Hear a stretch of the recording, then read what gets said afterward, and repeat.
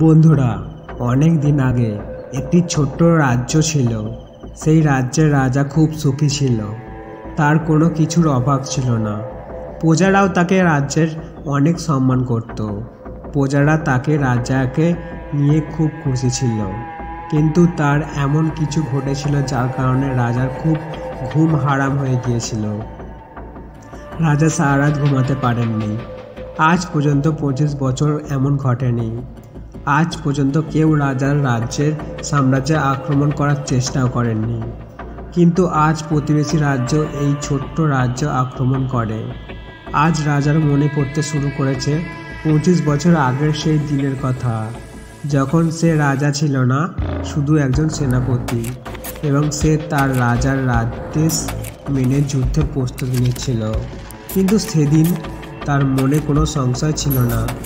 কোনো বিষয়ে তাকে কোনো সিদ্ধান্ত নিতে হয়নি। তাই তিনি শান্তভাবে সেসবের প্রস্তুতিতে ব্যস্ত ছিলেন। রাজা দ্বিধাগ্রস্ত ছিলেন। তিনি বুঝতে পেরেছিলেন না কিভাবে তিনি তার রাজ্য অন্য কারোর হাতে তুলে দেবেন। রাজা যে সাম্রাজ্যের জন্য তিনি দিনরাত পরিশ্রম করছেন, অনেক লোকের সাথে বিশ্বাসঘাতকতা করেছেন, অনেক মানুষকে কষ্ট দিয়েছেন, অনেক ধরনের রাজনীতি তৈরি করেছেন, অনেক ধরনের যন্ত্র তৈরি করেছেন। এত পরিশ্রম করার পর যখন তিনি রাজা পেয়েছেন সিংহাসন, সেই সিংহাসনের সেই রাজ্য অন্য কারোর হাতে কিভাবে তুলে দিতে পারে। রাজা কি করবেন বুঝতে পারছিলেন না। তিনি খুব চিন্তিত ও বিচলিত হয়ে পড়েছিলেন। তিনি নাড়াচাড়া করছেন এবং ঘুরছিলেন, কিন্তু তিনি একটি উপায় ভাবতে পারেন। ঠিক আছে যে এটি কেবল আমার সম্পর্কে নয়, এটি সমগ্র রাজ্যের কথা ছিল। রাজা কিভাবে ধ্যান করতে হয় তা জানতেন। তিনি বারবার ধ্যান করতে চেষ্টা করছিলেন যাতে তিনি শান্ত হতে পারেন, যাতে তার মন শান্ত হতে পারে, এবং তাই তিনি তার বিবেকের কণ্ঠস্বর শুনতে পান। তিনি অনেকবার চেষ্টা করছিলেন, কিন্তু প্রতিবারই তিনি ব্যর্থ হন। তিনি তার মনের কণ্ঠস্বর অর্থাৎ তার বিবেকের কণ্ঠস্বর শুনতে ব্যর্থ হন, যার কারণে তিনি খুব বিচলিত, চিন্তিত এবং অনেক কষ্টে ছিলেন। দ্বিধা, তিনি বুঝতে পারছিলেন কি সিদ্ধান্ত নেবেন তিনি ঠিক করতে পারছিলেন না, এবং তার কাছ থেকে খুব কম সময় বাকি ছিল। তার কাছে শুধু আজ রাতের সময় অপেক্ষা ছিল। কাল সকালে প্রতিবেশী রাজ্য তাকে আক্রমণ করবে। সে যদি শুধুমাত্র নিজের জন্য সিদ্ধান্ত নেয়, তাহলে সেই সাম্রাজ্য ধ্বংস হোক, সে লক্ষ লক্ষ মানুষের জীবন ঝুঁকিতে ফেলতে পারে। এবং সে যদি এই সমগ্র সাম্রাজ্যের কথা ভাবে, তাহলে তাকে এই রাজ্যের রাজার সামনে মাথা নত করতে হবে, তাকে সম্মান করতে হবে এবং এই সাম্রাজ্য তার হাতে তুলে দিতে হবে। দ্বিধাগ্রস্ত এবং অত্যন্ত চিন্তিত অবশেষে তিনি তার প্রাসাদের ছাদে পৌঁছালেন, যেখানে শীতল বাতাস বইছিল। তখন রাত 4 দিনের নিস্তব্ধতা। রাজা ছাদে এসে আকাশের দিকে তাকালেন। একটি পাখি নির্ভয়ে উড়ে বেড়াচ্ছে আকাশে, নিজের মজায়, নিজের স্টাইলে। দেখতে কেউ নেই। সেই পাখি রাজার মনে হলো, মানুষ যতক্ষণ একা থাকে ততক্ষণ সে সুখী থাকে। সে নিজের মধ্যে হারিয়ে যায়। তাকে কোনো দায়ভার বহন করতে হয় না। সে যখন খুশি যে কোনো সিদ্ধান্ত নিতে পারে। কিন্তু দায়িত্ব যখন আমাদের মাথায় পড়ে, তখন একজন মানুষ তার একাকিত্ব, তার মজা এবং তার স্বাধীনতা হারায়। কারণ তার মাথায় দায়িত্ব থাকে। তাকে প্রতিটি জিনিস দেখতে হয় এবং বুঝতে হয়, এবং এমন অনেক মানুষকে চিন্তা করে যে কোনো সিদ্ধান্ত নিতে হয়। সময় অতিবাহিত হয়েছে এবং এখন পর্যন্ত রাজা কোনো সিদ্ধান্ত নেননি, এবং রাজা কোনো উপায় দেখতে পায় না।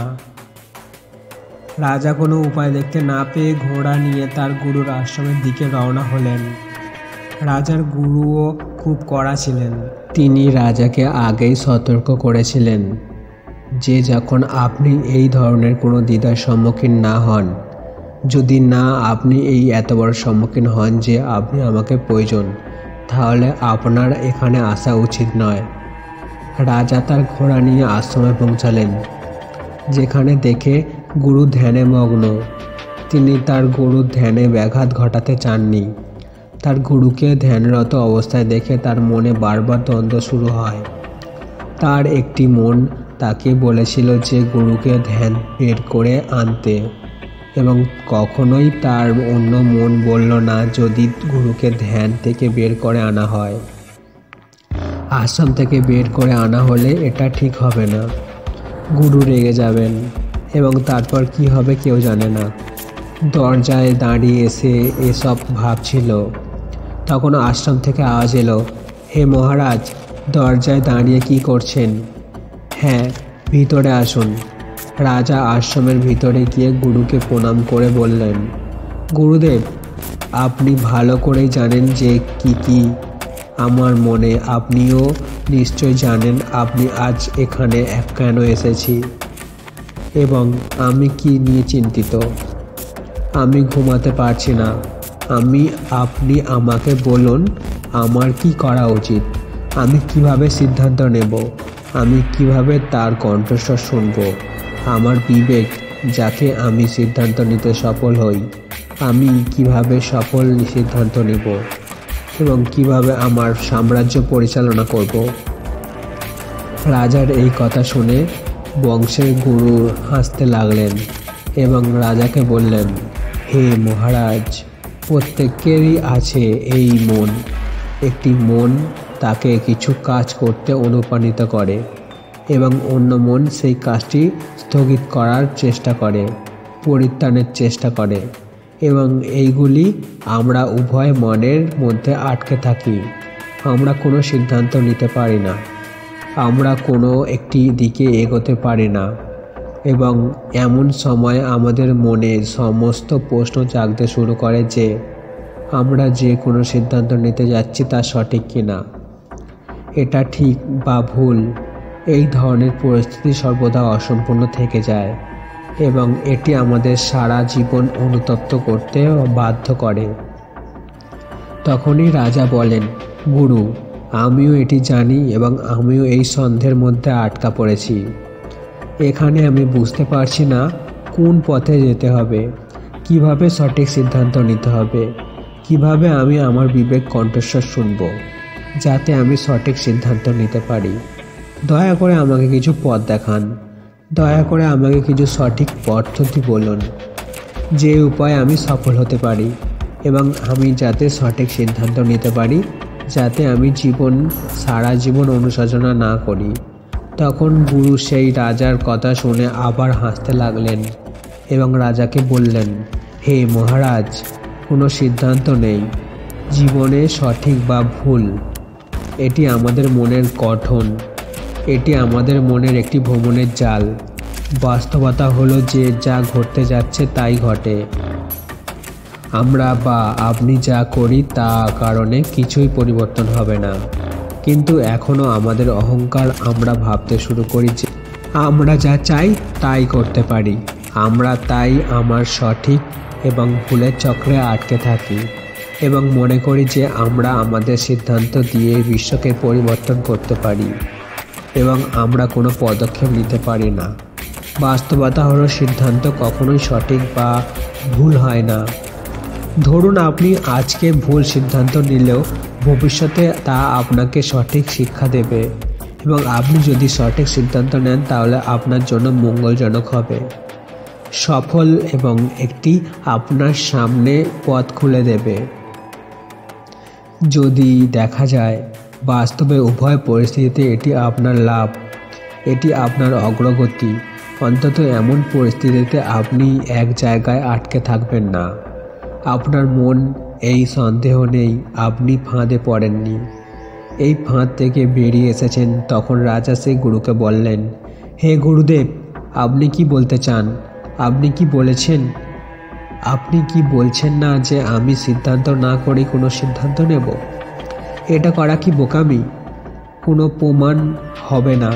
আজ আমার উপর লক্ষাধিক মানুষের দায়িত্ব এবং আমি কি করে এমন সিদ্ধান্ত নিতে পারি? তখন গুরু হাসিমুখে রাজাকে বললেন, হে মহারাজ, আপনি বুঝতে পারছেন না আমি কি বলছি। আমি আপনাকে বলছি না যে আপনি চিন্তা করুন এবং চিন্তা করুন। আমি বলি যে আপনি ভালোভাবে চিন্তা করার পরে এবং ভালোভাবে চিন্তা করার পরে পুরোপুরি চিন্তা করার পরে সিদ্ধান্ত নিন। আপনার উভয় মনকে এক জায়গায় একমত হওয়ার উচিত। যদি আপনি একটি কাজের জন্য আপনার উভয় মনকে এক সিদ্ধান্তে আনতে পারেন এবং যদি আপনি পারেন এটিকে শুধুমাত্র একটি দিকে নিয়ে আসুন, তাহলে সেই সিদ্ধান্ত হবে আপনার আত্মার সিদ্ধান্ত। আপনি নিশ্চয়ই অনেকবার এই অভিজ্ঞতা পেয়েছেন যে আপনার মন কোনো কাজে নিয়োজিত আছে, কিন্তু বুদ্ধি আপনাকে সমর্থন করছে না। বুদ্ধির প্রতি মুহূর্তে আপনার বিরোধিতা করছে। এই মতাবস্থায় আমাদের মন এবং আমাদের বুদ্ধির মধ্যে যুদ্ধ চলছে। কিন্তু এখানে বোঝার বিষয় হলো আপনার মনের মধ্যে এই বিষয়গুলি উদয় হচ্ছে যেগুলো আপনাকে সঠিক পথে নিয়ে যেতে চায়, অথচ আপনার বুদ্ধি যুক্তি সেই পথটি পরিষ্কার করতে চায়, সমস্ত প্রশ্নের সমাধান করতে চায়। যেমন ধরুন, আপনি একটি পাহাড়ে যেতে চান যেখানে আপনি জানতে পেরেছেন যে সেখানে প্রচুর সোনা রয়েছে, তবে এর জন্য আপনাকে ঘন বনের মধ্যে দিয়ে যেতে হবে। আপনার মন সেখানে যেতে প্রস্তুত, সে সোনা খুঁজতে চায়, কিন্তু আপনার বুদ্ধিমত্তা আপনাকে বলছে যে জঙ্গলটি খুব ঘন এবং খুব বিপজ্জনক। সেখানে অনেক ধরনের বিশাল প্রাণী বাস করে, অনেক ধরনের বন্য প্রাণী সেখানে বাস করে এবং তার পথ সেখানেও নিরাপদ নয়। সেখানে চোর ডাকাতও থাকতে পারে, কিন্তু পথে আমরা কিছু খেতে পাবো কিনা তাও জানি না। আরও কি, আমাদের জীবনও বিপদে পড়তে পারে। সব আমাদের বুদ্ধির দ্বারা প্রশ্ন উপস্থাপিত হয়, কিন্তু এটি সম্ভব নয়।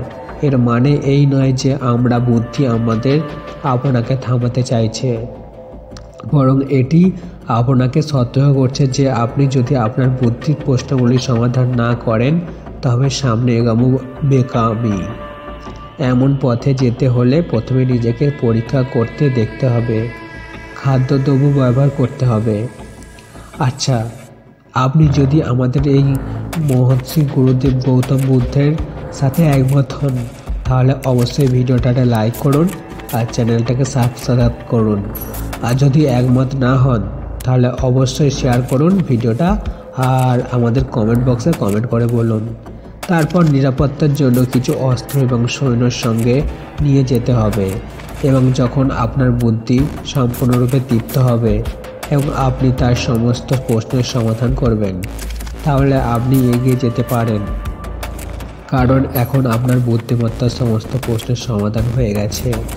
কিন্তু কিছু লোক আছে যারা জানে যে সেই পাহাড়ে গুপ্তধন আছে, কিন্তু তবুও তারা জানে সে পথটি খুব কঠিন, কিন্তু তারা কখনোই তাদের যাত্রা শুরু করে না। আর একটা ব্যাপার যে সেখানে পৌঁছানোর পর হয়তো আপনি কোনো গুপ্তধন খুঁজে পাবেন না এবং সেখান থেকে আপনাকে খালি হাতে ফিরতে হতে পারে। আপনাকে এই সত্যটিও জানতে হবে যে যা ঘটতে চাচ্ছে তা ঘটতেই হবে। আফসোস করে কোনো লাভ নেই। তুমি তোমার সাধ্যমতো চেষ্টা করেছিলে, তুমি যতটুকু দিয়েছিলে তা, কিন্তু তারপরেও তুমি সফলতা পাওনি। তাহলে তার মানে তোমার জন্য যা হওয়ার ছিল তাই হয়েছে। আফসোস করে লাভ নেই, এটাই আমাদের এভাবে চলতে দেওয়া উচিত নয়। সেই পরাজয় থেকে আমাদের কিছু শেখা উচিত, আমাদের এটি শেখা উচিত এবং তারপরে আপনার প্রচেষ্টা আরও ভালো করা উচিত। শুধুমাত্র এই জিনিসটি নিয়ে কাজ করা উচিত এবং বৃদ্ধ বসে অনুতপ্ত হবেন না। আপনাকে বোঝাতে চাই যে আমরা বিবেকের কণ্ঠস্বর শুনতে পাই যখন আমাদের মন এবং আমাদের বুদ্ধি উভয় একই বিষয়ে পুরোপুরি একমত হয়। তখনই সেই শিক্ষক রাজাকে সাবধান করে বললেন, হে মহারাজ, আর একটি কথা মনের মধ্যে ভালো করে রাখুন। যখনই কোনো ক্ষতি হয় তা অবশ্যই অনুশোচনা এবং অনুশোচনার পিছনে ফেলে যায়। তুমি তোমার পরাজয় নিয়ে সবসময় একই রকম অনুভব করবে। আমি যদি এমন কিছু করতাম তাহলে হয়তো আমি সফল হতাম, এই অনুশোচনাটির পিছনে দেখা যেত প্রতিটি কাজে আপনি ব্যর্থ হয়েছেন। যখনই একজন ব্যক্তি ব্যর্থ হয় তখন সে মনে করে যে আমি যদি এই কাজটি সেভাবে করতাম বা তার নির্দেশ অনুযায়ী করতাম তাহলে হয়তো আজ এখানে সফল হতে পারতাম। কিন্তু বাস্তবতা হলো আপনার সাথে কী সিদ্ধান্ত নেওয়া হয়েছে এবং আপনার সাথে কী ঘটতে চলেছে তা আপনাকে কখনোই বুঝতে দেবে না। হ্যাঁ, এটি একটি ভিন্ন বিষয়, কিন্তু সচেতন এবং কেবলমাত্র কিছু সচেতন মানুষই জানে যে ভবিষ্যতে তাদের কি হতে চলেছে। তাই তারা কখনোই সে ঘটনা ঘটার জন্য অনুতপ্ত করে না। তারা এটির জন্য অনুতপ্ত হয় না কারণ তারা যা ঘটতে চলেছে সে সম্পর্কে অবগত। তারা পুরোপুরি সচেতন এবং তারা এটি এড়িয়ে যাওয়ার যথাসাধ্য চেষ্টা করে। এরপরে যা হওয়ার ছিল তা ঘটবে, কোনো লাভ নেই আফসোস করে, কিন্তু নিজের সিদ্ধান্তে বিশ্বাস করবেন না। তারা সবসময় শুধুই ভাবতে থাকে, তারা সবসময় অতীতের বন্ধনে আবদ্ধ থাকে, দুঃখে কাঁদে বেঁচে থাকে, কিন্তু তারা তাদের জীবনে কিছুই করতে পারে না। বুদ্ধিমান ব্যক্তি খুব ভালো করেই জানে যে অতীতকে বদলানো যায় না। হ্যাঁ, এটাই অবশ্যই শেখায় যায়, কিন্তু বসে বসে আফসোস করা বৃথা। কিন্তু বর্তমান সময়ে আমরা সঠিক সিদ্ধান্ত নিতে পারি, আর ভবিষ্যৎ যা আমাদের হাতে নেই। গুরু রাজাকে সেখান থেকে চলে যাওয়ার নির্দেশ দিলেন এবং তিনি আবার ধ্যানে মগ্ন হলেন এবং গুরুর সব কথা শুনে রাজার মনের মধ্যে যে দ্বন্দ্ব চলছিল তা পুরোপুরি শান্ত হয়ে গেল। আর একটা কথা তোমাদের আবারও বলছি, প্লিজ সাবস্ক্রাইব করে নাও আমাদের চ্যানেলটা, আর অবশ্যই ভিডিওটা লাইক করে দাও। তোমরা ভিডিওটা লাইক করলে আমরা আরও ভিডিও বানাবো এবং আরও মোটিভেশনাল ভিডিও বানাবো। তোমরা যদি ভিডিওটা লাইক করে দাও তাহলে আমরা বুঝবো যে তোমরা গুরুর সাথে একমত, আর যদি তোমরা ভিডিওটা কমেন্ট করে বলো তাহলে আমরা বুঝবো যে তোমরা গুরুর সাথে একমত নয়। তোমরা কি করবে, তোমরা কমেন্টে এবং লাইকের মাধ্যমে আমাদের জানিয়ে দাও। রাজার মনের মধ্যে যে দ্বন্দ্ব চলছিল তা পুরোপুরি শান্ত হয়ে গেল। রাজা প্রাসাদে ফিরে এলেন এবং শান্তভাবে তার মন এবং তার বুদ্ধি শুধুমাত্র একটি সিদ্ধান্তে সম্মত হলেন, এবং তা হলো আমরা কখনোই যুদ্ধ করব। তার সিদ্ধান্ত হলো আমরা তখনই যুদ্ধ করব যখন রাজার মনে হবে। সিদ্ধান্ত নেওয়ার সময় তার বুদ্ধি তার সামনে অনেক ধরনের প্রশ্ন তুলেছিল, যেমন আমাদের সেনাবাহিনী খুব ছোট, আমরা তাদের বিরুদ্ধে দাঁড়াতে পারবো না, এবং প্রতিবেশী রাষ্ট্রের একটি বিশাল সেনাবাহিনী রয়েছে যা আমাদের এক চিমটে পিষে দিতে পারে। তাদের কাছে বিভিন্ন ধরনের অস্ত্র রয়েছে এবং যুদ্ধের দক্ষতা রয়েছে, এবং এই ধরনের অনেক প্রশ্ন তার মনের মধ্যে জিজ্ঞাসা করেছিল। সে সব প্রশ্নের উত্তর দিয়ে রাজা এগিয়ে গেলেন এবং তিনি সিদ্ধান্তে এলেন যে আমরা সঠিক ব্যবহার করলে আমরা যুদ্ধ করব, কৌশল এবং সঠিক পথ।